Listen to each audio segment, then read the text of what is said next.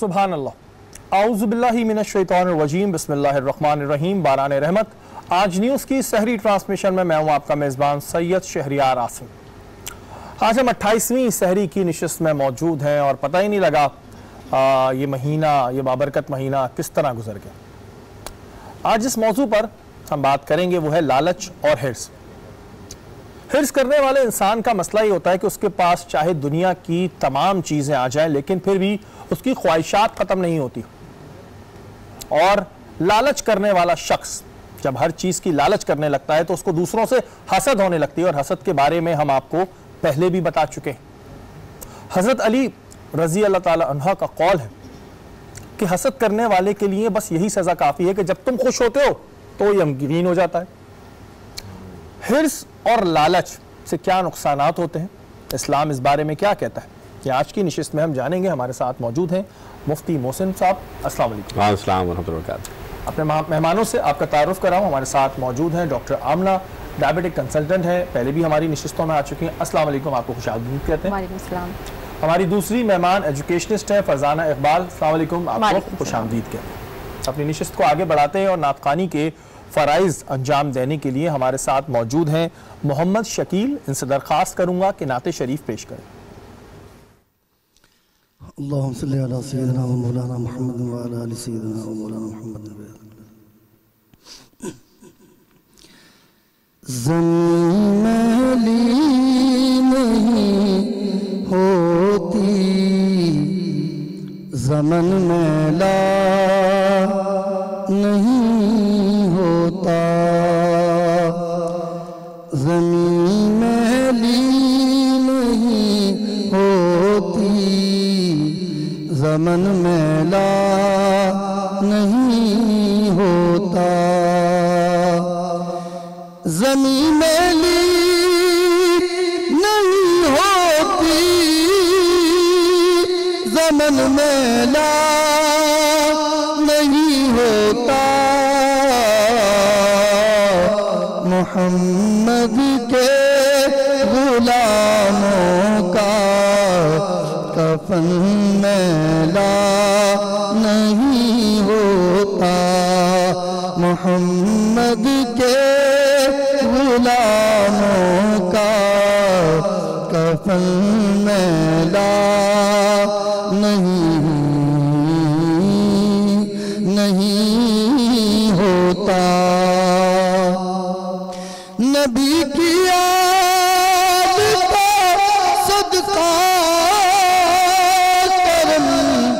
मुझ पर है अल्लाह का, नबी की आल का सदका, करम मुझ पर है अल्लाह का। मैं करता हूँ सना उनकी, दहन मैला नहीं होता। मैं करता हूँ सना उनकी, दहन मैला नहीं होता। नबी का दामन रहमत पकड़ लो जहां वाले, नबी का दामन रहमत पकड़ लो जहां वाले, क्योंकि रहे जब तक ये हाथों में चलन मैला नहीं होता।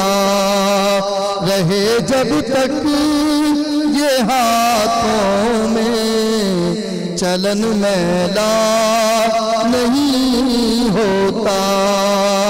मोहम्मद के गुलामों का कफन मैला नहीं होता। शकील भाई बहुत खूब, माशाल्लाह, बहुत प्यारी आवाज़, बहुत आपने जो नात भी सेलेक्ट की थी वो बहुत प्यारी, हर अशार बहुत प्यारा। और बेशक मोहम्मद के गुलामों का कफन मैला नहीं होता। और आज हम बात कर रहे थे हसद और लालच के हवाले से। अपनी मेहमान से शुरू करते हैं, डॉक्टर आमना से। डॉक्टर आमना, पहले हम आपसे जो है वो कुछ चीज़ें जानना चाहते हैं कि जो इस वक्त लोगों के अंदर एक बड़ी ऐसी सिचुएशन है कि उनको समझ नहीं आ रहा है कि सच क्या है, झूठ क्या है, प्रॉब्लम्स क्या हैं। जो डायबिटिक्स के पेशेंट्स होते हैं, क्या उन पे कोरोना जल्दी असर करता है, ऐसा कुछ है? क्योंकि ये सवाल बहुत सी जगहों पे हो रहा था, आप आई तो मैंने कहा आपसे फ़ौरन ये सवाल, पहला यही सवाल पूछूं। सबसे पहले तो आपका थैंक यू कि आपने यहाँ पे मदु किया। My pleasure. ये बहुत ही कॉमन क्वेश्चन है और अच्छा किया कि आपने ये पूछा, क्योंकि मेरे पास काफ़ी टेक्स्ट आ रहे होते हैं और पेशेंट काफ़ी परेशान है। तो एक किस्म की खुशखबरी भी है उनके लिए कि ऐसा नहीं है। अच्छा। डायबिटीज़ के पेशेंट को भी उतना ही चांस है जितना कि एक आम पेशेंट को, आपको, मुझको या किसी और को चांस है कोविड-19 के होने का। अलबत्ता अगर डायबिटीज़ कंट्रोल नहीं है या डायबिटीज़ के पेशेंट के अंदर कॉम्प्लिकेशन है, रीनल कॉम्प्लिकेशन है, किडनीज कॉम्प्लिकेशन है, या लंग्स पे उनका अटैक ऑलरेडी हो चुका है, या उनकी शुगर कंट्रोल नहीं है, उनके हार्ट में कोई प्रॉब्लम है, तो उनमें पेचीदगियाँ या उनकी कॉम्प्लिकेशन होने की चांसेस ज़्यादा हैं। लेकिन कोविड-19 का होने का चांसेस उनको भी उतना ही है जितना कि एक आम इंसान को है। तो ये जो प्रॉब्लम पाया जाता है, ये मिथ पाया जाता है कि उनको मिसकंसेप्शन है कि भाई उनको ज़्यादा चांसेस है, ऐसा कुछ भी नहीं। अच्छा, एक और हमारे यहाँ ये प्रॉब्लम है कि बहुत सारी मिथ्स बन गई हैं कोरोना को लेके। कोई कह रहा है ऐसे हो रहा है, जबकि बहुत सी जगहों पर आ गया है। अलामात पर बात हो रही है, कभी कहते हैं अलामात साबित नहीं होंगी, कभी कहते हैं अलामात होगी। लोग बड़ा कंफ्यूज हैं। तो इसका अंदाज़ा कैसे लगाएं कि अभी बहुत से लोगों को ऐसा भी कोरोना आया कि जिनको कोई अलामात ही नहीं हुई, कह दिया जी हो गया, फिर इसकी जो अलामात हैं वो है कि बुखार होना, सर में दर्द, खांसी। तो ये जो कन्फ्यूजन चल रही है, इसका क्या करें? देखिए, ये जो कोविड-19 है वो डिफरेंट अलामात के साथ आया है। किसी को टच करके चला गया है, किसी को फीवर हुआ है, कॉफ हुआ है, और स्लोली ग्रेजुअली रेस्पिरेटरी सिम्टम्स के साथ हुआ है, और किसी को तो कुछ हुआ भी नहीं है और एकदम वो फेंट हो गया है। तो डिफरेंट लोगों के साथ डिफरेंट स्ट्रेटजी आई है। और आजकल तो जो डिफरेंट दूसरे ममालिक के साथ जो कंप्लेंट्स आ रही हैं वो तो जीआई सिम्टम्स, यानी वॉमिटिंग के साथ भी पेशेंट कंप्लेन कर रहे हैं। किसी को स्ट्रोक और हार्ट प्रॉब्लम्स के साथ भी वो आया है, और किसी के साथ तो ये देखा गया है कि रैशेस के साथ भी पेशेंट आए हैं, और उनको सिर्फ फुट के और हैंड के अंदर सिंपल रैशेस के साथ भी पेशेंट आया है। तो डिफरेंट पेशेंट डिफरेंट स्ट्रेटजी के साथ, डिफरेंट कंप्लेन के साथ आया है। तो हम ये नहीं कह सकते हैं कि एक पेशेंट आया है काफ़ी जगहों पे अगर देखा जाए तो 70 to 80% के अंदर तो वो पॉजिटिव भी नहीं आता है। अच्छा हमने एक चीज़ मुझे और बताइएगा, ये एक बात मैंने सुनी थी तो मैंने कहा ज़रूर उसको पूछा जाए। कहते हैं कि बहुत से लोगों को कोरोना हुआ और खुद ही ख़त्म हो गया, ऐसा होता है? देखिए डिपेंड अपॉन इम्यून सिस्टम। ये हो सकता है कि हो भी जाए और उसको पता भी नहीं चलो ख़त्म भी हो जाए। इम्यून सिस्टम, आपका इम्यून सिस्टम कितना बूस्टअप है। देखिए दूसरी बात है कि एक चीज़ जो काफ़ी लोगों के अंदर गलत पाई जाती है वो ये कि आपने आज सुबह में अदरक की चाय पी, आज आपने विटामिन सी लिया, कल आपने जिंक लिया और आपका इम्यून सिस्टम अच्छा हो गया, ऐसा हरगिज नहीं है। 1 घंटे में तो कुछ नहीं होता। देखिए बैंक में भी आज अगर हम एक पैसा जमा कराएंगे तो कल 1 लाख रुपए नहीं हो जाएगा। स्लोली ग्रेजुअली हम बैंक में पैसे जमा करवाते हैं, किसी भी चीज़ में हमें पहले इसको डिपॉजिट करवाना पड़ता है, स्लोली ग्रेजुअली वो चीज़ बढ़ती है। तो ऐसा नहीं है। इम्यून सिस्टम डिपेंड करता है कि हमारा इम्यून सिस्टम कितना अच्छा है। इम्यून सिस्टम जितना अच्छा होगा उतना हम जैसे हम किसी भी जंग में जाते हैं तो हम जंग की तैयारी करते हैं, सिपाही को जमा करते हैं। जितना हमारा इम्यून सिस्टम अच्छा होगा, जिसका जितना इम्यून सिस्टम अच्छा होगा उतना ज़्यादा वो जंग के खिलाफ लड़ सकेगा। तो ये जो बात है कि अगर आपका इम्यून सिस्टम अच्छा है तो कोरोना को खुद भी खत्म हो सकता है अगर आपका इम्यून सिस्टम पावरफुल है। एग्जैक्टली तो हम जंग के खिलाफ लड़ सकते हैं। हमारी कुव्वत मुदाफित जितनी अच्छी होगी उतना हम जंग के खिलाफ लड़ सकते हैं। और डिपेंड करता है कि आपकी एज क्या है, आपके लंग्स के अंदर कितनी कैपेसिटी है। आप स्मोकर्स तो नहीं थे, आपका लंग्स क्योंकि ये जो कोविड-19 है वो लंग्स पे अटैक कर रहा है, तो आपके लंग्स के अंदर कितनी कैपेसिटी है उस चीज़ को बर्दाश्त करने की। बिल्कुल जी, जैसे कि डॉक्टर आमना ने कहा, ये बात बिल्कुल ठीक है कि जब अगर आप एक मिसाल ले लेंगे, आप एक्सरसाइज करने जाते हैं या वेट अपना कम करना चाह रहे होते हैं तो वो आपका डे फर्स्ट नहीं होता। हमारे यहाँ बहुत से ऐसे लोग हैं जो आजकल अदरक की चाय पी रहे हैं और विटामिन सी ले रहे हैं, कह रहे हैं कि हमारा इम्यून सिस्टम अच्छी जगह लेते रहना चाहिए, एक दिन का काम नहीं है। फरजाना आपकी जानिब आऊँगा, मुझे ये बताएं कि इस वक्त क्योंकि आप एक लेक्चरर भी हैं और माशाल्लाह कॉलेज की, मुझे इस वक्त बताएं कि एजुकेशन सिस्टम कैसा चल रहा है, क्योंकि ज़ाहिर है कोरोना की वजह से जो है कॉलेजेस भी बंद हैं, स्कूल भी बंद है, तो कैसा चल रहा है आजकल एजुकेशन सिस्टम? ऑनलाइन आपको भी इत्ला मिली होगी, खबर सबको है कि ऑनलाइन है। ऑनलाइन सिस्टम का ये कि हमारी कंट्री में अनफॉर्चुनेटली इतना ज़्यादा अभी क्योंकि डेवलपिंग कंट्री है तो इतना उसका अफेक्ट नहीं आ रहा है, लेकिन ऑनलाइन है और अनफॉर्चुनेटली जो लोग विलेजेस में हैं उनको नहीं। अच्छा मुझे बताएं कि चले हम कराची की बात करते हैं, तो जो गवर्नमेंट कॉलेजेस हैं वो ऑनलाइन करा रहे हैं? नहीं, वहाँ नहीं करा रहे। वहाँ ये एक इशू है अभी भी बच्चों का कि वो, अच्छा आप क्या समझती हैं कि जी अभी जब ये इंशाल्लाह ताला जब खुल जाएगा, क्योंकि अब एजुकेशन में लॉस आ गया जो भी आना था, तो ये किस तरह पूरी होगा, किस तरह कवर होगा ये लॉस? देखिए उसके लिए फिर ये होगा कि जितने हमारे रिसोर्सेज हैं और हर डोमेन के लोगों को इसमें एक तो कोऑर्डिनेशन बहुत अच्छी होनी चाहिए। लेक्चरर्स हैं, फिर उनका जो है अपने एडमिन के साथ, गवर्नमेंट के साथ, सिटी लेवल पर जो कम्युनिकेशन है वो स्ट्रांग होना चाहिए और कम वक्त में जो सिलेबस रह गया है उसको कवर अप करवाना होगा। यही होगा कि जितना जल्दी और जितना ज़्यादा कम्युनिकेशन हमारी स्ट्रांग होगी ना, जो कि अनफॉर्चुनेटली हमारी कंट्री में यही चीज़ लैक करती है कि कोऑर्डिनेशन नहीं है। इस ज़माने में भी कोऑर्डिनेशन ना होने की वजह से आपको पता है कि कहाँ पे कोऑर्डिनेशन की कमी देख रही हैं आप? सिलेबस को आप देख लें कि सिलेबस पूरी दुनिया में जो चल रहा है, हमारी कंट्री में जो है वो कितना पीछे है। कोऑर्डिनेशन गवर्नमेंट की और उन इदारों की जिनका काम है सिलेबस तैयार करना, उनकी नहीं है। इसीलिए ये नताइज हमारे सामने है कि जो 50 साल पहले का सिलेबस है या जो इन्वेंशंस उस वक्त हुई हैं वो अभी भी कह रहे हैं कि जी अभी, जबकि दुनिया कहाँ से कहाँ चली गई है। अच्छा आप ये बात मानती हैं कि अभी इतने दिन बच्चे घर में बैठे हैं, चाहे वो स्कूल के हों चाहे वो कॉलेज के हों, तो वो बैठ के अभी उनको दोबारा रिकॉल कराने में बहुत टाइम लगेगा, क्योंकि कहते हैं एक चीज छोड़ दो, तो हमारे बच्चे इतने तो अच्छे हैं नहीं कि घरों में पढ़ रहे होंगे, तो वो एक रिकॉल कराने में टाइम लगेगा कि इतने दिनों बाद आगे किताबों की शक्ल देखेंगे, बोलेंगे हाय ये क्या है, ऐसा होगा? जब तक किसी फील्ड में काम ना किया जाए, चाहे वो जैसे अपने हेरस और लालच का आपका टॉपिक है, चाहे वो अखलाकी फील्ड और अखलाक की हो, चाहे वो इल्म की हो, चाहे वो मेडिसिन की हो, कोई भी हो, जब तक प्लान तरीके से होमवर्क से काम ना किया जाएगा नहीं नताए जाएंगे।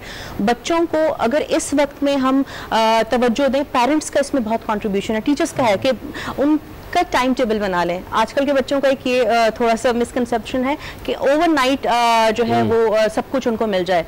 ये बच्चों का कि हार्ड वर्किंग के बगैर there is no other way to get success. कि हार्ड वर्क किया जाए। ये एक तो जब ये उनको पता चल जाएगा तो वो मुताले से करीब होंगे। बिल्कुल जी, जितने भी पेरेंट्स हैं उनको चाहिए कि अपने बच्चों को उस वक्त में पढ़ाई करवाएं, ये नहीं कि वो घरों में बैठे रहें। और बहुत से ऐसे स्टूडेंट्स होते हैं, जब हम भी स्कूल में थे तो ये होता था, हमारे कई ऐसे दोस्त थे जो पूरे साल नहीं पढ़ते थे ना, वो आखिरी दिन किताब लेके ऐसे बैठे होते थे, सुबह पेपर है उनको सब जो है वो रेडी जाएगा। ऐसा नहीं होता है और ये इस वक्त में बहुत एक अहम सिचुएशन है जिसमें एजुकेशन जो है मेरे ख्याल से बहुत जो है बच्चों की डिस्टर्ब हो रही है। तो घर में जितना हो सके अपने बच्चों को जो है पढ़ाई करवाते रहे, ताकि वो एकदम उनके लिए ये ना हो कि जब वापस स्कूल या कॉलेज खुले तो वो एकदम घबरा से जाए। वक्त तो एक ब्रेक का, ब्रेक के बाद हाजिर होता है।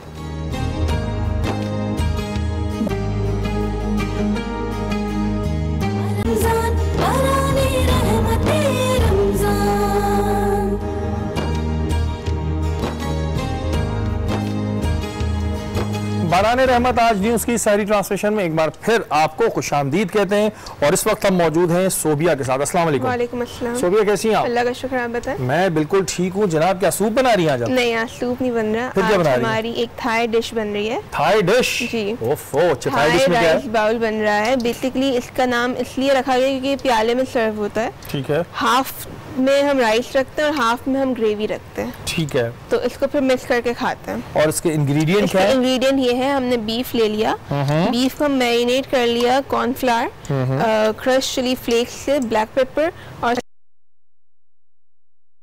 हो जाए इसको हम डीप फ्राई करेंगे, इसको निकाल लेंगे। सॉस के लिए हमें चाहिए सराचा, ऑयस्टर सॉस, और हमें शिमला मिर्च चाहिए, प्याज चाहिए और चिली फ्लेक्स चाहिए। ठीक है। तेल में हम सारे वेजेस डालेंगे, सारे सॉस डालेंगे और थोड़ा सा पानी डालेंगे और फिर कॉर्नफ्लावर को डिल्यूट करके डाल देंगे ताकि थिक ग्रेवी बन जाए। इन दी एंड हम अपनी क्रिस्पी बीफ जो फ्राई किए हैं वो डालकर इसको सौते करेंगे।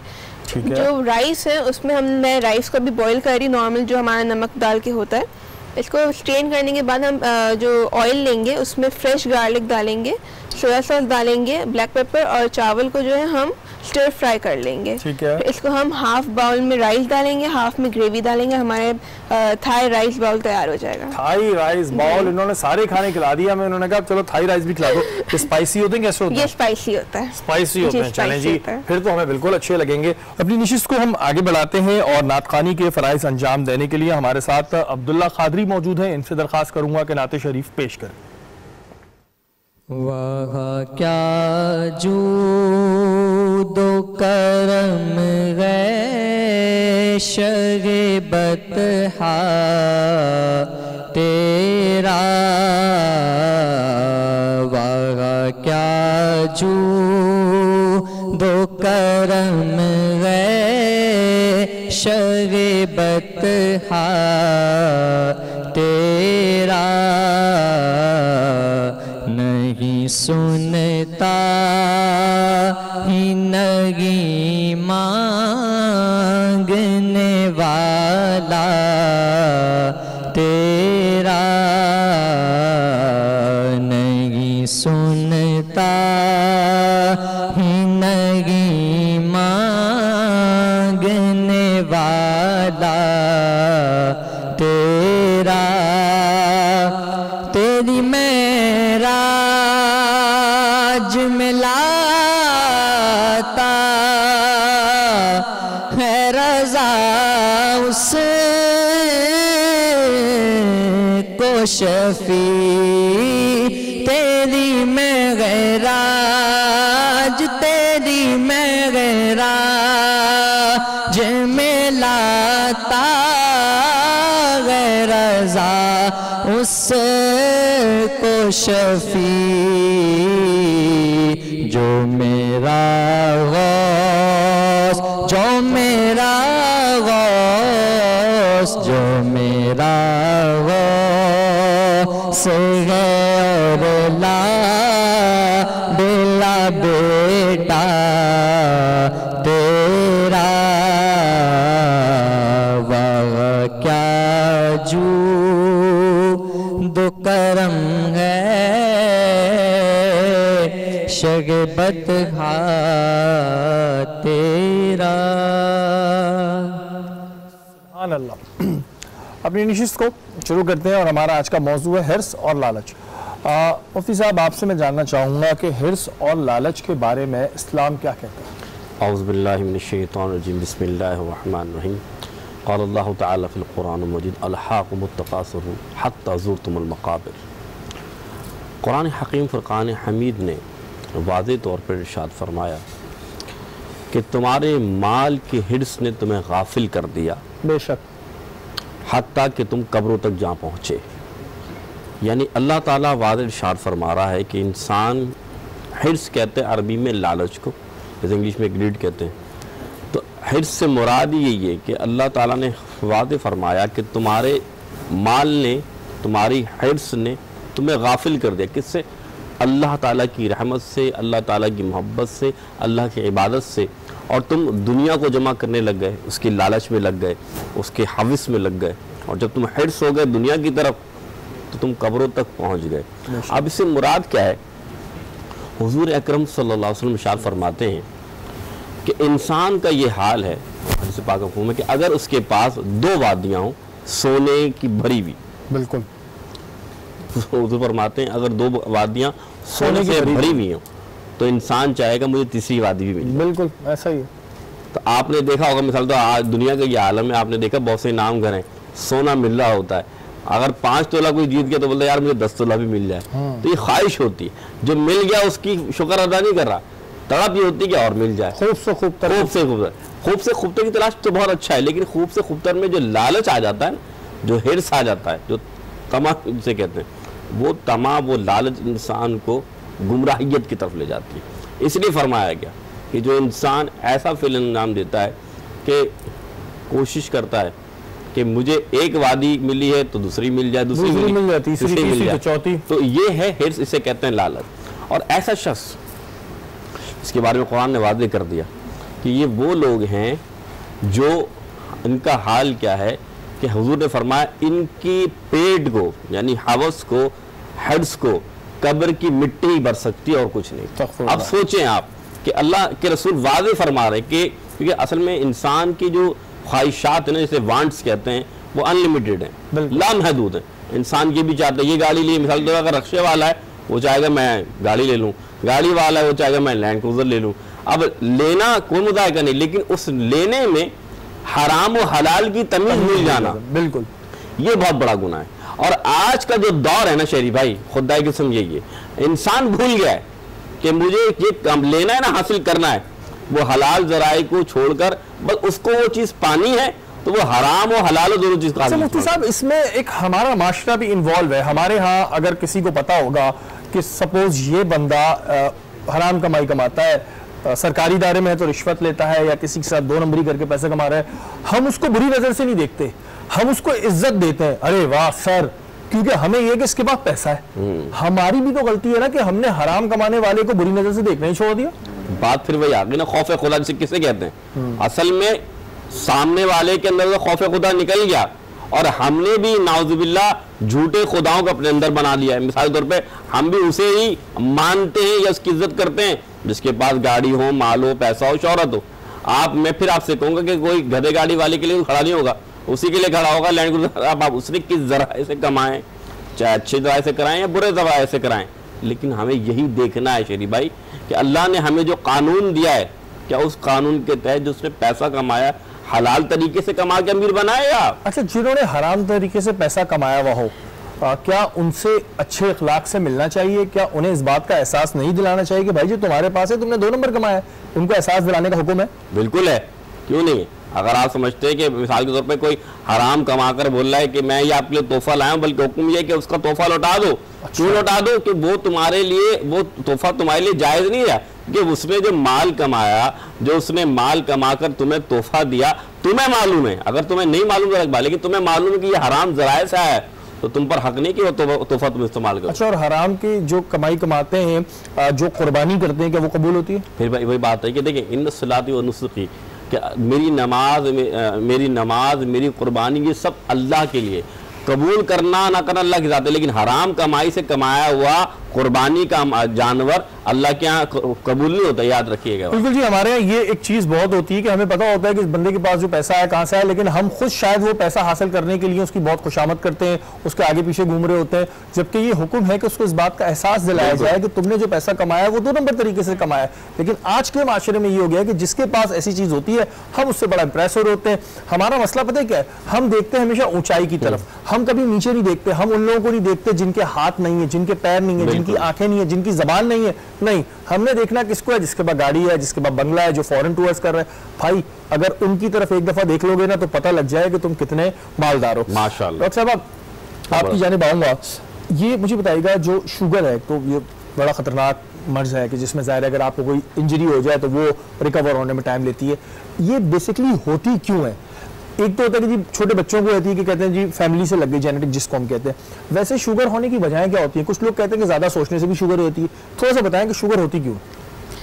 शुगर ज़्यादातर जो है ना वो हाई लेवल ऑफ आपकी बॉडी में जब शुगर कंटेंट बढ़ जाता है, जब आपकी बॉडी में इंसुलिन काम करना छोड़ देती है। शुगर के बेसिकली 2 टाइप्स होते हैं, लेकिन ज़्यादातर जो टाइप 2 डायबिटीज़ है वो हमारी कम्युनिटी में ज़्यादा पाई जाती है। तो टाइप 2 डायबिटीज़ क्यों होती है? क्योंकि शुगर लेवल बढ़ जाती है। और दूसरी जो शुगर टाइप 1 होती है उसमें इंसुलिन काम करना छोड़ देता है। तो दोनों में बेसिकली ये होता है कि शुगर लेवल बढ़ जाता है। जब शुगर लेवल बढ़ जाता है तो शुगर लेवल जहाँ जहाँ जाता है वहाँ कॉम्प्लिकेशंस करता है। अब आपने पूछा कि वुंड हील क्यों नहीं होता है, तो शुगर डेफिनेटली जहाँ कंटेंट बढ़ जाएगा वहाँ भी आपकी हीलिंग लेवल कम हो जाएगी। फुट की तरफ जाएगा वहाँ हीलिंग कम हो जाएगी, हैंड की तरफ जाएगा वहाँ हीलिंग कम हो जाएगी, हार्ट की तरफ जाएगा तो वहाँ स्ट्रोक करेगा, और रीनल की तरफ, किडनीज की तरफ जाएगा तो पेशेंट, आपको पता है कि वहाँ जब किडनीज काम करना छोड़ देती तो वहाँ पे पेशेंट डायलिसिस की तरफ आ जाते हैं। तो डेफिनेटली जहाँ भी शुगर लेवल ज़्यादा हो जाएगा वहाँ पे आपकी कॉम्प्लिकेशंस बढ़ जाएंगी। अच्छा, आपने बताया एक तो वो होती है बचपन से मना करते हो तो ज़्यादा मत खाओ, चीनी शुगर होती है। आप बता रही कि जब आप ज़्यादा increase level of sugar intake ज़्यादा करते हैं तो आपको एक शुगर होने का चांस होता है। एक आपने बताया कि वो कुदरती होता है कि आपका इंसुलिन जो है वो काम करना छोड़ देता है, या वो कुछ वजूहात की वजह से होता है, कुछ हम ऐसा इस्तेमाल कर रहे होते हैं जिसको नुकसान पहुंचाता है। टाइप 1 में आपकी बेसिकली आपका जो पेंक्रियाज होता है वो इंसुलिन बनाना ही छोड़ देता है। आपका जो पेंक्रियाज है उसका काम है इंसुलिन बनाना। जब बॉडी में इंसुलिन नहीं होगी तो वो इंसुलिन का काम है आपकी शुगर को काम करवाना। पेंक्रियाज किन चीजों से डिस्टर्ब होता है? पेंक्रियाज ऑटोइम्यून डिजीज, आपकी बॉडी इम्यून सिस्टम आपका जो डेवलप होता है वो आपकी बॉडी खुद इंसुलिन बनाना कम बंद कर देती है। आपकी बॉडी खुद आपके खिलाफ हो जाती है कि कुछ इंसुलिन बनाना ही नहीं है तो इंसुलिन बनना छोड़ देते हैं। जी, जिसको लबलबा कहते हैं, वो इंसुलिन बनना बंद हो जाती है, आपको बॉडी खुद इंसुलिन बनाना छोड़ देती है। ये this is actually autoimmune disease है। ये इसका ना आपकी जेनेटिक्स से कोई ताल्लुक है, ये आपकी बॉडी खुद इंसुलिन नहीं बनाती है। अच्छा, मैंने किसी के मुंह से सुना था, पता नहीं सही बोल रहा था गलत बोल रहा था, आपसे पूछ रहा हूँ, टेंशन लेने से शुगर होती है? कहते हैं ना टेंशन लेने से ब्लड प्रेशर होता है, तो क्या टेंशन लेने से शुगर और दूसरी बीमारियां होती हैं? नहीं, टेंशन से शुगर होती नहीं है। आपकी टेंशन लेने से शुगर आपकी ख़राब हो सकती है। जैसे फॉर एग्जांपल मेरी शुगर अगर 140 चल रही है तो अगर मैं टेंशन लूँगी तो मेरी 180 हो जाएगी, मेरी 200 हो जाएगी, लेकिन टेंशन लेने से शुगर मुझे होगी नहीं। अगर आपको नहीं है तो नहीं होगी? नहीं होगी। आपकी टेंशन लेने से शुगर लेवल खराब हो सकती है, लेकिन टेंशन लेने से शुगर होगी नहीं आपको। अच्छा, एक तो हमारे यहाँ ये कॉमन है कि जो ब्लड प्रेशर है 120/80 कहते हैं नॉर्मल है, शुगर का क्या हिसाब होता है? शुगर में आप लेवल्स पूछना चाह रहे हैं? जी, मैं लेवल्स पूछना चाह रहा हूँ कि क्या नॉर्मल है, एक आम आदमी की कितनी होनी चाहिए, एक हाई जिसकी उसकी इतनी होनी चाहिए, लो की इतनी होनी चाहिए, ये लेवल? फास्टिंग जो शुगर है वो शुड बी लेस देन 100 होनी चाहिए आपकी, और random should be less than 140। ये नॉर्मल आदमी का, और उससे ऊपर जो होगा वो हाई होगा, और लो जितना नीचे जाता रहेगा। जी, कोशिश करें कि आपकी जो शुगर लेवल है, रमज़ान के डिफरेंट होते हैं, प्रेगनेंसी में डिफरेंट होते हैं, और एडल्ट लेवल डिफरेंट होते हैं, जिनको किडनी डिजीजेस होते हैं उनके डिफरेंट होते हैं। तो according to level, according to age और अकॉर्डिंग टू डिफरेंट लेवल्स हम उनको बता रहे होते हैं, डिफरेंट लेवल्स होते हैं। बिल्कुल जी, इस वजह से मैंने सवाल किया क्योंकि अक्सर हम कहते हैं, मुहावरे सुन रहे होते हैं कि जी टेंशन लेने शुगर हो जाएगी, लेकिन ऐसा नहीं होता। जिसको शुगर होती है उसकी बढ़ जाती है तो टेंशन लेना अच्छी बात नहीं है। आपकी जाने पाऊंगा फरजाना, मुझे ये बताएं कि हम बात कर रहे हैं लालच और हिर्स की। हमारे यहाँ अक्सर हम घरों में देखते हैं कि बच्चा आगे बोलते हैं कि जी फलाने के पास ये वाला प्ले स्टेशन है, ये वाला मोबाइल है, तो बहुत ज़्यादातर पेरेंट्स जो है वो उसकी ख्वाहिशें पूरी करने लगते हैं कि नहीं हमारा बच्चा है, उसकी ख्वाहिश पूरी कर देते हैं। हमारे यहाँ ये क्यों नहीं कहा जाता कि बेटा नहीं, आपको अपने उससे लेना है, उससे जेलस भी नहीं होना, या फिर उस बच्चे की बुराइयां शुरू कर देते हैं हम उसके आगे जिसके पास होता है। तो हमारे घरों में कितनी जरूरत है कि हम बच्चों को तरबियत दें कि बेटा हर चीज वक्त के साथ अच्छी लगती है, जो आपको अल्लाह ने दिया है इसमें आप खुश रहना सीखें। इसकी तरबियत कितने घरों में दी जा रही है आज, क्योंकि आप बड़ा स्टूडेंट्स में रहती हैं। बिल्कुल, तरबियत की जहाँ तक बात है, तरबियत हर ज़माने में बच्चों की जाती रही है, आजकल भी पूरी कोशिश होती है वालिदैन की। थोड़ा सा इसमें यह है कि वालिदैन बच्चों को खुश करने के लिए, क्योंकि एक्सपोजर बढ़ गया, जिसकी वजह से हर कोई ये जानता है कि अच्छा दुनिया में ये भी आ गया है, वो भी आ गया है, ये भी लेना है, ये तो नहीं है मेरे पास। ये चीज़ पेरेंट्स को बच्चों को सिखाना है कि आप बेटा ये आपके पास है, और अगर आपके पास वो चीज़ नहीं है तो कोई बात नहीं, कुछ दिन बाद आ जाएगी, और अगर वो नहीं है तो उसका कोई नुकसान नहीं है, और नहीं भी आई तो कोई बात नहीं, कोई बात नहीं है। तो बच्चों को ये सिखाना कि उनके पास जो है उस पर शुक्र करें। आपका जो टॉपिक है हिरस और लालच का, उसका बहुत गहरा ताल्लुक मुआशरे के संवारने से है, बच्चों की तरबियत से है, मुआशरे के बिगाड़ और भलाई से है। तो बच्चों को अगर शुक्रगुजारी सिखाई जाए, ठीक है, शुक्रगुजारी के साथ ही उनमें जो है वो एक ये एहसास होगा कि पेरेंट्स का एहसास होगा, और अपने हालात में वो क्या अफोर्ड कर सकते हैं, दुनिया में कुछ भी आ रहा हो उनको नेसेसिटीज और लग्जरीज में फर्क का पता चलेगा। और ये जो फिर जो हिरस हवस, जिससे आगे करप्शन, जिससे आगे चोरी, जो आप माशाल्लाह एक नेकी का काम करते हैं, आपको पता है कि ये इस सब का ताल्लुक जितनी करप्शन हैं वो वही हिरस और लालच से। अच्छा, एक चीज ये है कि हमारे यहाँ घरों में भी ये है कि बहुत सी बेगमात होती हैं, बच्चे होते हैं, उनको पता होता है कि हमारे अब्बू ने कहाँ से कमाया है। जाहिर है उनको पता है मेरा बाप एक गवर्नमेंट के इदारे में इस पोस्ट पर है और उसकी सैलरी इतनी नहीं है, लेकिन उसके घर में हर वो चीज़ होती है जो बड़े बड़े लोगों के घर में नहीं होती। तो घर में भी इसको बुरा नहीं समझते, शायद उनके ब्लड में आया था कि बचपन से वो जिसे कहते हैं ना हराम कमाई खा रहे, वो भी बड़े फख्र से बात कर रहे होते हैं, और उनको ये नहीं पता होता कि यार लोग हमारे बारे में क्या सोच रहे हैं। और घरों में भी इसको बुरा नहीं कहा जाता, कोई बात नहीं, कमा रहे कमाने दो। हाँ, अच्छा, असल में बहुत सारे घरानों में आजकल के ज़माने में भी बहुत अच्छे इंस्टीट्यूट्स में पढ़ने वाले बच्चों में वो जो एक वज़ादारी और वो जो एक चीज़ है ना कि वो तवक्कुल, शुक्र, मॉरल वैल्यूज़, जो आपने तरबियत की बात की ना कि मॉरल वैल्यूज़ की वाकई कुछ थोड़ी सी कमी है, लेकिन ऐसा नहीं है कि हर जगह है। True, definitely. तो मॉरल वैल्यूज अगर सिखाए जाएं तो इनमें ये सब चीजें हैं कि अगर पेरेंट्स में से भी कोई गलत करे तो बच्चा सामने बदतमीजी से ना कहे, क्योंकि कहा जाता है कि बड़े के साथ, लेकिन वो सोचे जरूर कि ये कुछ गलत हो रहा है। इसी तरह से तो ये एक पूरे घर की तरबियत का मामला इसमें होता है। तो घर में अगर कोई एक फर्द जो है कुछ गलत कर रहा है तो बाकी अफराद को मिल बैठ के उसका सद्देबाप करना चाहिए एटलीस्ट। लेकिन हमारे यहाँ अफसोस के साथ बिल्कुल बहुत से अच्छे घराने हैं, बहुत से आज भी गवर्नमेंट के इदारों में लोग हैं जो ईमानदारी दयानतदारी से काम करते हैं। मैं पर्सनली भी जानता हूँ, बहुत अच्छा काम कर रहे हैं। लेकिन हमारे यहाँ मसला ये कि हमारे यहाँ घरों में इस चीज़ को बुरा नहीं समझाता। हो सकता है इस वक्त टेलीविजन के उस पार बैठे हुए कुछ घराने ऐसे हों कि जिनको पता हो कि उनके घर में ये पैसा आया, कहाँ से आया, लेकिन वो बोल नहीं रहे। अगर वो बोल नहीं रहे तो इस गुनाह में शामिल हो रहे हैं। हर किसी को अपनी खबर में जाके अपना हिसाब देना है। आप वहां जाके ये नहीं कहेंगे कि जी मुझे तो पता नहीं था मेरे अब्बू ने कहाँ से कमाया। आपसे भी हिसाब होगा कि जो अब आपने जब अकल आ गई, आपको शऊर आ गया, आपको पता चल गया कि आपके फादर ने कहां से पैसे कमाए, तो उसका सवाल आपसे भी होगा। अब वक्त हुआ है ब्रेक का, ब्रेक के बाद हाजिर होते हैं।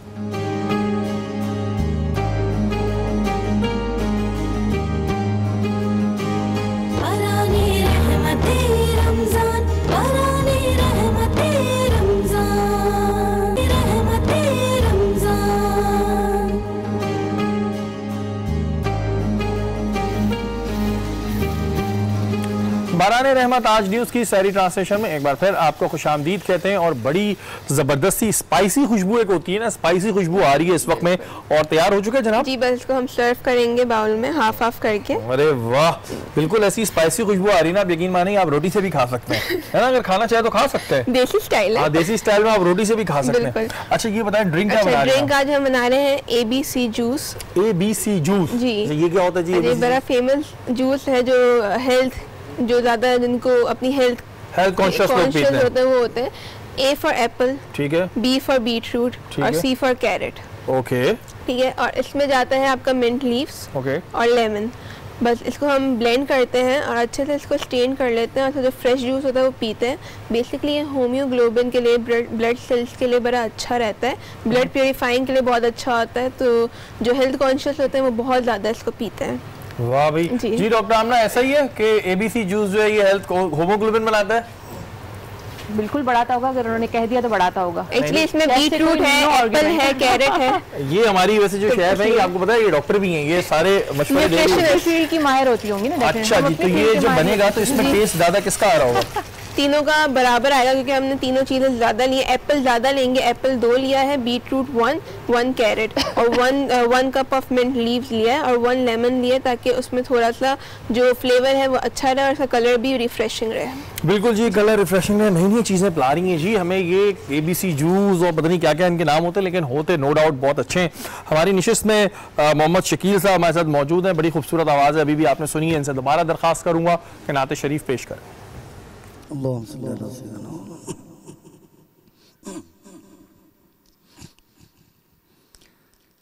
खुदा की अज़मतें क्या हैं, खुदा की अज़मतें क्या हैं, मोहम्मद मुस्तफ़ा जानी, खुदा की अज़मतें क्या है, मोहम्मद मुस्तफ़ा जाने, मकाम मुस्तफ़ा क्या है, मकाम मुस्तफ़ा क्या है, मोहम्मद का खुदा जाने, मकाम मुस्तफ़ा क्या है, मोहम्मद का खुदा जाने। मेरी मिट्टी मदीने पाक की राह में बिछा देना, मेरी मिट्टी मदीने पाक की राह में बिछा देना, कहाँ ले जाएगी मुझको, कहाँ ले जाएगी मुझको, मदीने की हवा जाने, खुदा की अज़मतें क्या है, मोहम्मद मुस्तफ़ा जाने।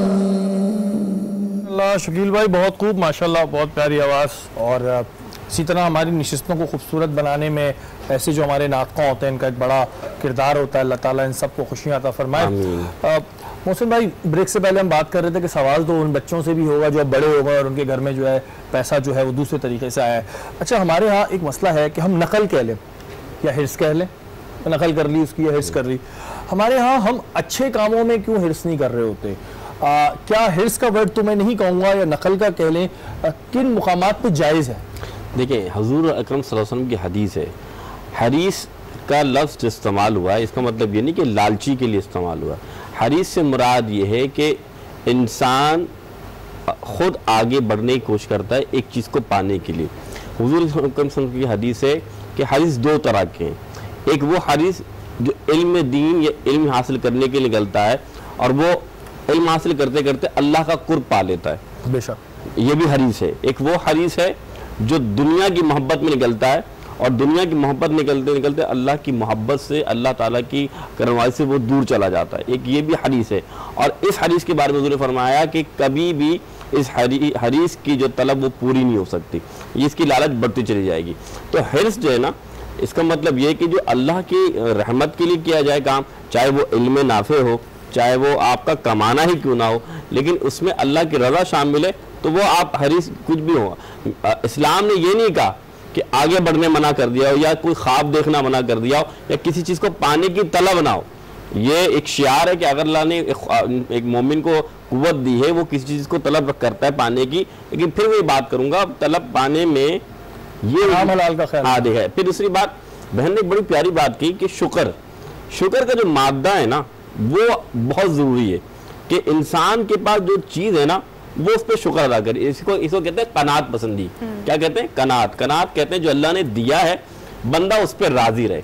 इससे मुराद ये नहीं कि अगर बंदा गरीब है बस ठीक है मैं गरीब ही हूँ, आगे बढ़ने की तलब हो लेकिन अल्लाह की रजा में राजी रहे, इसको कहते हैं कनात पसंदी। ये इस हिर्स का तोड़ है जो लालच की तरफ जाती है। मिसाल देता हूँ, हुजूर के ज़माने में एक साहबी रसूल आए और अर्ज़ की या रसूल अल्लाह मैं मुफलिस हूँ, मैं गरीब हूँ।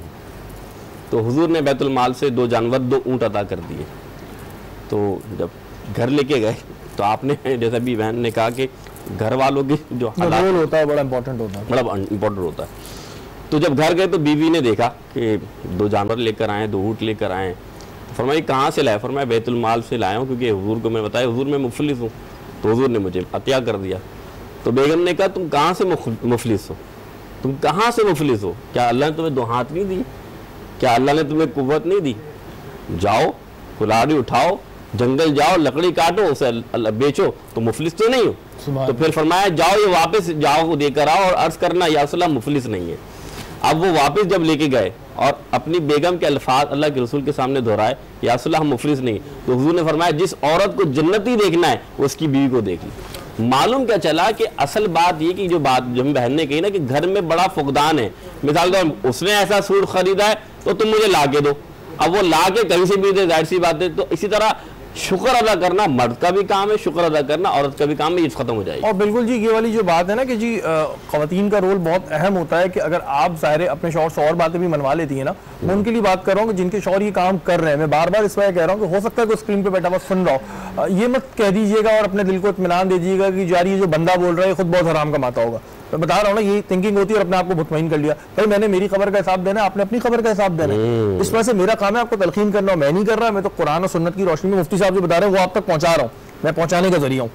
बात यह है कि आप जब जाएंगे ना अपनी खबर में तो आपने अपना जवाब देना है। उन खवातीन का, उन बच्चों का ये फर्ज बनता है, बच्चों का, कि अब वो बालिग हो चुके हैं। ये मतलब नहीं आप अपने माँ बाप से बदतमीजी करें, नहीं, लेकिन आप उनको एहसास दिलाएं कि जब कल आप रोजे महशर में खड़े हो तो आप ये बोल सके कि अल्लाह मियां मैंने कहा था, मेरा बाप था, मैं तो कुछ नहीं कर सकता था लेकिन मैंने बताया। और वो हराम कमाई इस्तेमाल ना करें क्योंकि वो एक हराम कमाई है, दूसरों का हक मार के आई है। मुफ्ती साहब ये क्यों होता है कि जी जो भी लालची इंसान मैंने देखा है, जितने मैंने अपने इर्द गिर्द देखे हैं, वो कभी सुकून में नहीं होते। एक अजीब सा ना उनके अंदर एक प्रॉब्लम होता है, डिप्रेशन की गोलियां वो खा रहे हैं, ब्लड प्रेशर की गोलियां वो खा रहे हैं, उसके अलावा नींद की गोलियां वो खा रहे होते हैं। चलिए ब्लड प्रेशर तो एक ऐसा मर्ज है जो किसी को भी हो सकता है, बीमारी को ना करे, लेकिन उनको सोने के लिए नींद की गोलियां चाहिए।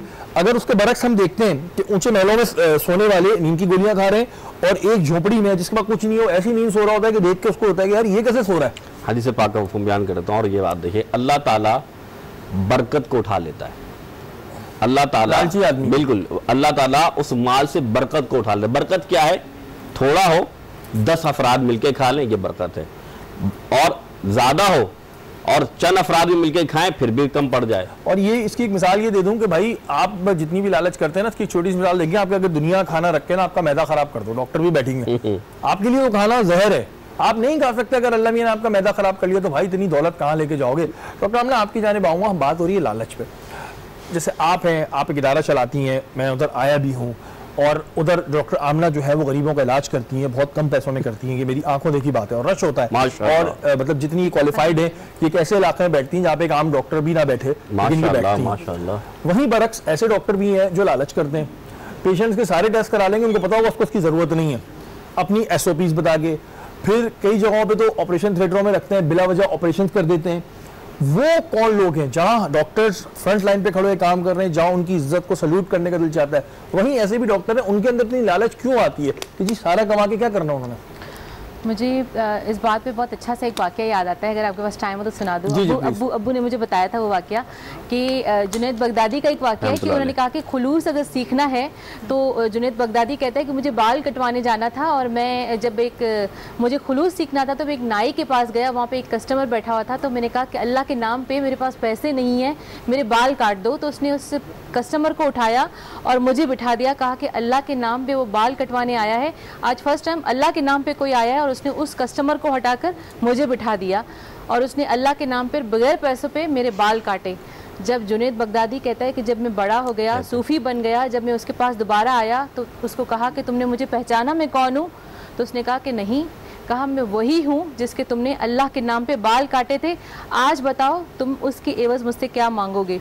तो उसने कहा कि सूफ़ी तुम इतने बड़े हो गए हो, तुम्हें पता है कि अल्लाह के नाम पे दिया हुआ जब बंदा अल्लाह के नाम पे काटता है तो उसका एवज़ अल्लाह देता है, बंदे से नहीं मांगा जाता। तो उस बात का असर, अब्बू ने मुझे वो वाक़या बताया था, आज मेरे अब्बू की डेथ हो गई है, उस वाक़े का इतना असर कि जब आप माल की ज़कात देते हो तो माल को पाक करना होता है, तो आप माल की ज़कात देते हो। जब आपको अपने काम की ज़कात देनी होती है तो आपको उस काम का एक हिस्सा अदा करना पड़ता है। तो अब्बू ने कहा जब आपको अपने हॉस्पिटल में किसी काम की ज़कात देनी हो तो 2-3 पेशेंट फ्री में देख लिया करो, आपके काम की ज़कात हो जाएगी। और ये जो चीज़ है, ये मैं सब डॉक्टरों के लिए नहीं बोला, लेकिन डॉक्टर आमना को पता है कि बहुत सी ऐसी फार्मास भी हैं कि जिनकी ही दवा लिख के देनी है, जिसके चक्कर में वो उनको फॉरेन टूर्स कराते हैं। वो तमाम हकीकतें जो मैं जानता हूँ। तो आमना मतलब क्या, जैसे अब आप लोगों के जैसे है और भी बहुत डॉक्टर्स अच्छे हैं जो काम कर रहे हैं, SIUT को हम ले लें और भी बहुत इदारे हैं, तो ये जो एक मखसूस तबका है इनके जहन में क्या है? मतलब ये तो डॉक्टर, इनको नहीं पता बीमारी कभी भी लग सकती है, हमारी जान जा सकती है,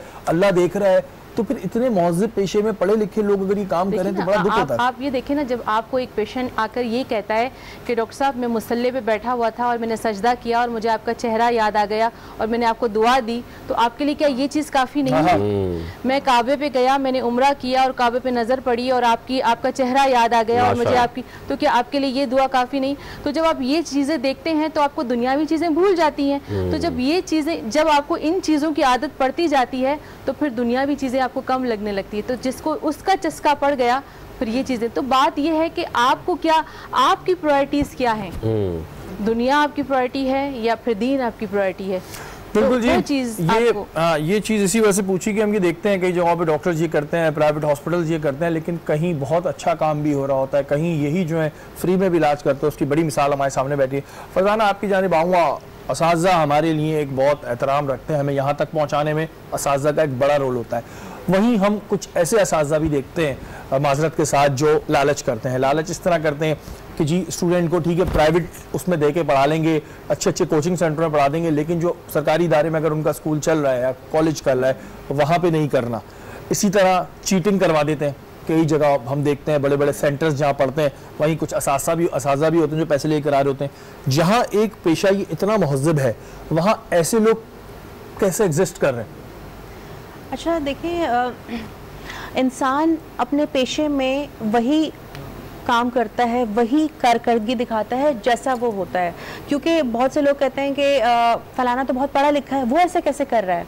देखिए, इखलाक का और उसूलों का और दीनदारी का, मेहरबानी, रहम, दरगुजर, जितनी अच्छी सिफात है उसका ठीक है, तालीम जो है वो इंसान को मुआशरे में रहना सिखाती है। लेकिन ये जो आपने बात की कि ये गवर्नमेंट असातिज़ा हैं या कोई असातिज़ा हैं, तो कुछ हाँ, देखिए बात ये है कि कोई भी इंसान, चाहे वो मेडिकल की फील्ड में हो, एजुकेशन में हो, बिजनेस में हो, वो वही पोर्ट्रे करता है जो वो होता है। वो फील्ड बुरी नहीं है। नहीं फील्ड, हाँ जी। देखिए, मैंने आपसे एक बात कही कि असातिज़ा जो होते हैं वो तो हमारे सर का ताज होते हैं। बिल्कुल शहरियार, तो उसमें ये है कि जैसे सर ने कहा कि बच्चों की तरबियत, बात वहीं आ जाती है कि हम जो माएँ, जो असातिज़ा, जो टीचर्स मुआशरे को देंगे, वही बच्चे कल डॉक्टर भी बनेंगे, टीचर भी बनेंगे। बात वहीं आ जाती है। देखिए, कुछ इंसान जो है वो नेक होते हैं, लेकिन कुछ लोगों को वक्त के साथ साथ हमें सिखाना होता है, अखलाक और ये सब चीज़ें सिखानी होती हैं। तो वो वही लोग फिर जब वो गवर्नमेंट में जाएंगे तो गवर्नमेंट में अच्छे लोग भी हैं ना, तो इंसान पहले अच्छा इंसान बनना ज़रूरी है। अच्छा फरजाना, मुझे एक बात और बताइएगा, क्या टीचिंग लाइन में सैलरी कम होती है? क्या पैसे कम मिलते हैं कि जिसकी वजह से मजबूरी होता है ये कराना? और आप क्या समझती हैं ये जो इंस्टीट्यूशंस हैं, ऐसे गवर्नमेंट के भी होते हैं, प्राइवेट भी होते हैं, जहाँ पर खुली चीटिंग होती है? हमने खुद ही छापे मारे, पकड़ा है, बच्चे बैठे हैं, पूरी कॉपियाँ सामने रखी हैं। तो क्या वजह ये है कि पैसे कम है, सैलरी कम है, या अल्हम्दुलिल्लाह है अच्छी होती है? देखिए, हाँ, गवर्नमेंट को इस पे नज़रसानी करनी चाहिए। कुछ ऐसे हालात हैं कि शायद मजबूर होकर लोग करते होंगे, करना नहीं चाहिए। बिल्कुल नहीं करना चाहिए। क्योंकि ये चीज़ इस वजह से मैंने पूछी कि चलें सैलरी का शायद कुछ इशू हो, मुझे एक्चुअल पे स्केल इतना नहीं पता, लेकिन जो मैंने देखा है वो टीचर्स का अच्छा होता है, कॉलेज के प्रिंसिपल्स का भी अच्छा होता है, लेकिन अभी चलें उस पर बहस नहीं कर रहे। लेकिन चाहे मजबूरी हो चाहे कुछ भी हो, आप मुस्तकबिल के मेहमारों को नकल नहीं करा सकते पैसों के एवज, किसी भी एवज, क्योंकि ये आप उनके साथ तो दुश्मनी कर रहे हैं, कल आपके साथ भी इसका कुछ उल्टा हो सकता है। तो खुदारा इस चीज़ को ज़रूर देखें। वक्त ब्रेक का, ब्रेक के बाद हाजिर होता है।